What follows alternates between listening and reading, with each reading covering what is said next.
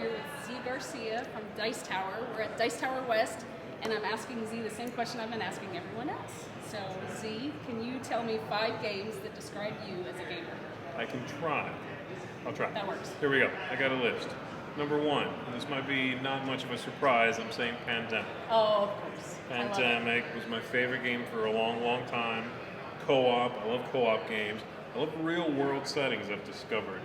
As I play more and more games. Especially now.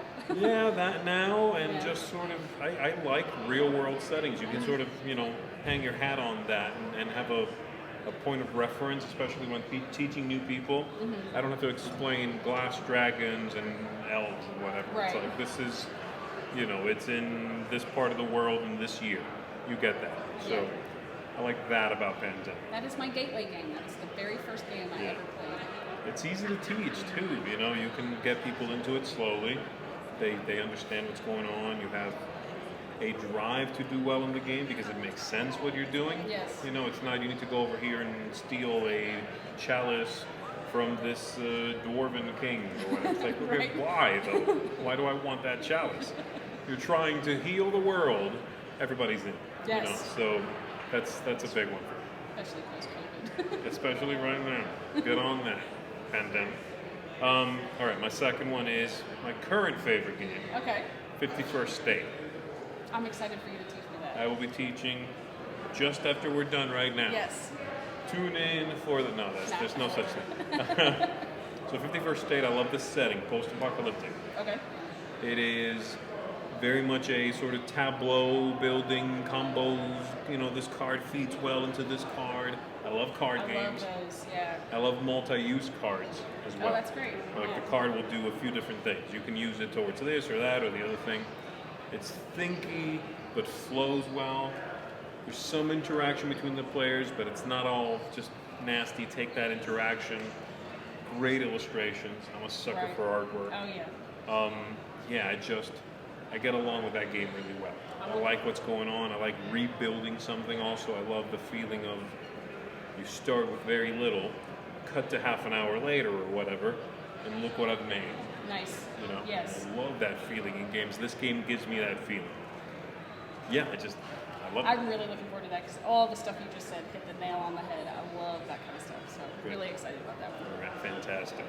All right, next up. This is a bit of a weird one. I'm going with the Yinch. Yinch is a 2-player abstract game. Okay. I don't know if you've played it. I have not. It Never heard is. of it. It belongs in this series of games called the GIPF series, or the GIPF project, they call it. Very frou-frou name for a series of abstract games. What I like about these, and this is my favorite from the line, is just the aesthetic and the simplicity. I am someone who loves condensing things down to basics. Okay. To clean, aesthetically pleasing, visual balance, all of those things just work for me. They the back of my brain goes, yep, we like that, and so this one does that for me. Awesome. Straight, the beautiful components, very minimalistic look, but beautiful components, the lines, just the geometry of gaming comes forth in this game, and just makes me happy. I will have to look for that one because I have not.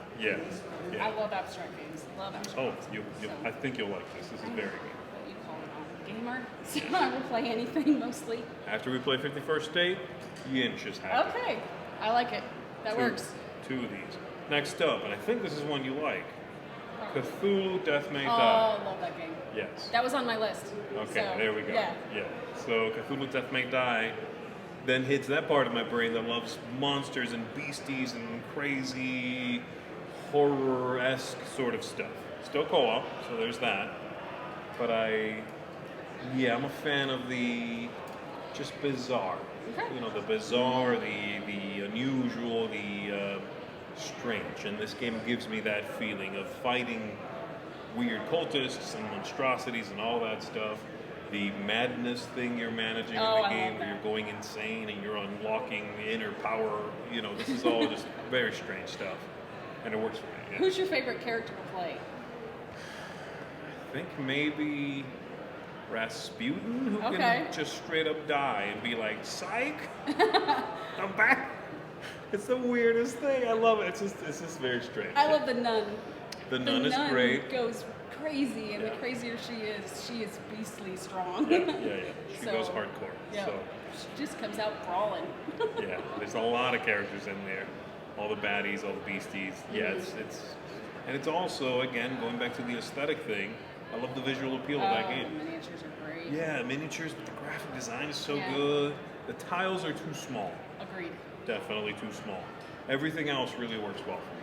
I really like getting the nun in a space with like 10 baddies when she's totally insane and about to die and just blow them all up. Yes, go out in a blaze Yep, of glory. yep. That game has lots of blazes of glory, like burnout ends. Yeah. So that one, and then my last one, I wanted to pick something that showed my love of two-player games. I love playing two-player games. A little fantasy, but I'm not really much of a fantasy gamer. And then again, sort of condensing things down to their simplest forms, Right. you know. And that's Blue Moon for me.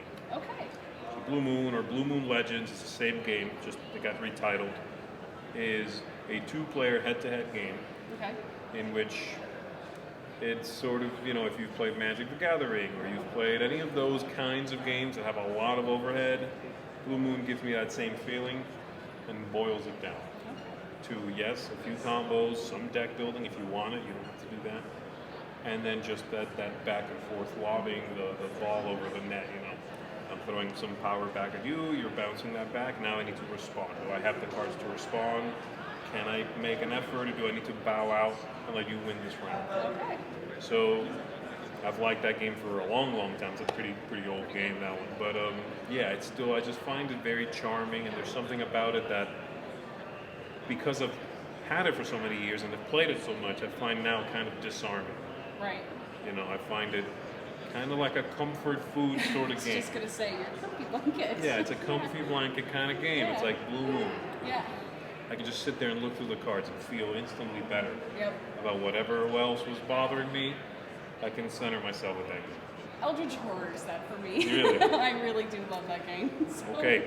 It is like one of the first games. Oh, who's yeah, a good I know. Cthulhu? Who's a good Who's a Cthulhu? good Cthulhu? Yeah. No, I love the Cthulhu. I'm going to go back to one. No, I do too. I love that setting, the dark mystery, spookiness of it all. It's just fun. Yep. Thank you so much for doing this for me. I appreciate it. See you guys later.